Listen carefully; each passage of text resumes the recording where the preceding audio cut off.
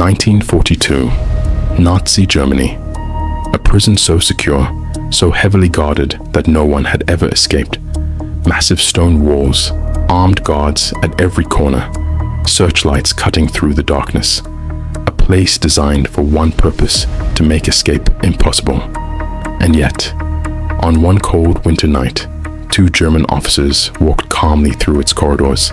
Their uniforms were perfect, their posture confident, their steps controlled. Nothing seemed out of place, except for one thing. They weren't German, they were prisoners, and somehow, against every rule, every system, every expectation, they walked straight out, and they escaped from the prison, not by force, not by digging tunnels, but by doing the one thing no one expected. They simply pretended they belonged there. Imagine one of the most secure prisons in Nazi Germany. A towering Renaissance castle perched on a 75-meter cliff, guarded by a full battalion of soldiers, one for every two prisoners. Searchlights cutting through the night, guard dogs on chains, and thick stone walls that had never been beaten. Hermann Göring himself boasted that no one would ever escape from Colditz Castle. Yet on the freezing night of January 5th, 1942, two men dressed as German officers calmly walked out through the main gate and succeeded. One of them was a young British lieutenant named Airey Neave. This is his remarkable story, a tale of courage, ingenuity, repeated failure, and ultimate triumph. Born on January 23rd, 1916, Airey Middleton Sheffield Neave came from a well-to-do British family. Educated at Eton and later Merton College, Oxford, he studied law and seemed destined for a quiet legal career. But when World War II broke out, everything changed. In February 1940, Neave was commissioned as a second lieutenant in the Royal Artillery's Searchlight Regiment. By May 1940, he found himself in the desperate fighting around Calais in northern France. The German blitzkrieg had smashed through Allied lines. Neave, only 24 years old and with no real combat experience, commanded a ragtag group of men armed with whatever they could find. Their mission was heartbreaking but vital: hold the port of Calais at all costs to buy precious time for the evacuation of over 300,000 British and Allied troops from Dunkirk, just 26 miles away. For days, they fought street by street against overwhelming German panzer forces. On May 23rd, shrapnel tore through Neave's right thigh. Despite the agonizing wound, he kept fighting until German soldiers finally captured him, crawling through the rubble. From that moment, Airey Neave's war took a new direction. His only goal became escape. He was first sent to Oflag 9A/H near Spangenberg Castle, then to Stalag 20A in occupied Poland. In each camp, he studied defenses, guard routines, and weaknesses. In April 1941, he and another officer, Norman Forbes, slipped away and trekked through Polish forests towards Soviet territory. After days of hunger and exhaustion, they were recaptured near a rail junction. The Germans now labeled him a persistent escaper. That label earned him a one-way ticket to the place designed for men exactly like him, Colditz Castle, Oflag 4C. Neave arrived at Colditz on May 14th, 1941. The castle was reserved for the most determined escape artists: British, French, Polish, Dutch, and Belgian officers. Conditions were harsh: overcrowded cells, 4 daily roll calls, freezing winters, and constant surveillance. But the Germans had made a serious mistake. By gathering all the best escape minds in one place, they created an unofficial University of Escape. Prisoners shared knowledge: how to forge documents, tailor uniforms, hide compasses, and map routes. An escape committee coordinated plans so attempts didn't interfere with each other. Neave threw himself into this environment. His first attempt at Colditz came on August 28, 1941. Dressed in a dyed Polish greatcoat and using theatrical paint on his cap, Neave tried to walk out disguised as a German officer. The plan was clever, exploiting the fact that guards watched walls and tunnels, not officers strolling confidently. But under the powerful searchlights, the paint glowed a bright, ridiculous green. The guards burst out laughing. Neave was marched to solitary confinement. The humiliation was deep, but Neave turned it into research.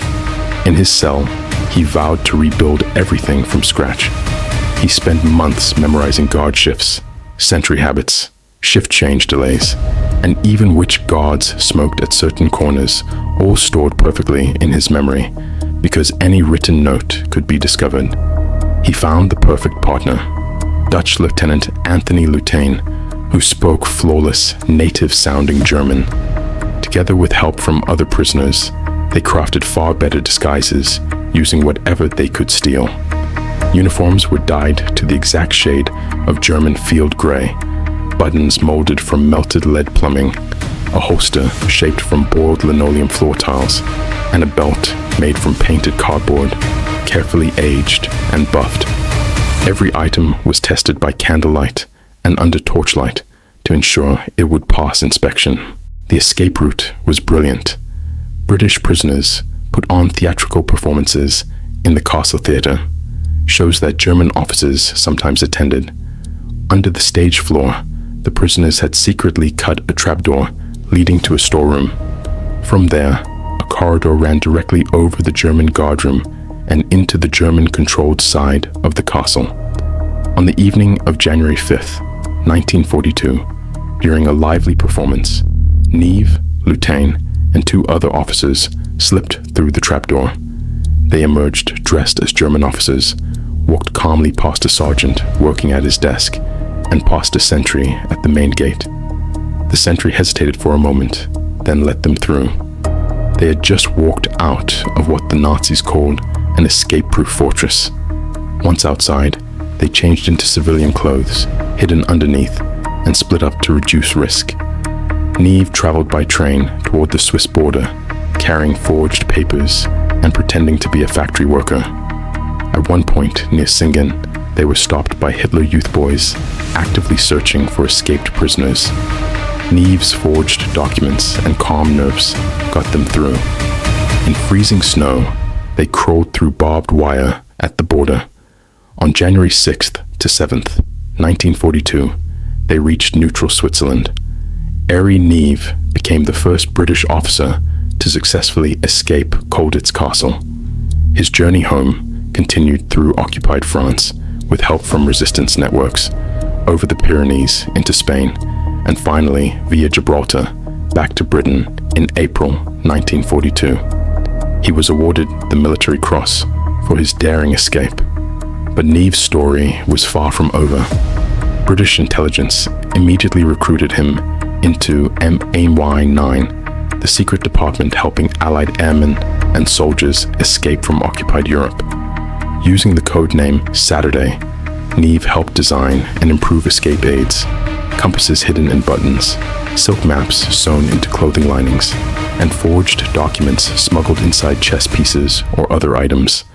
He drew detailed plans of Colditz from memory to help others. By the end of the war, the escape networks he supported had helped return thousands of Allied personnel to Britain. In 1945, after Germany's surrender, Neave was given a powerful symbolic role.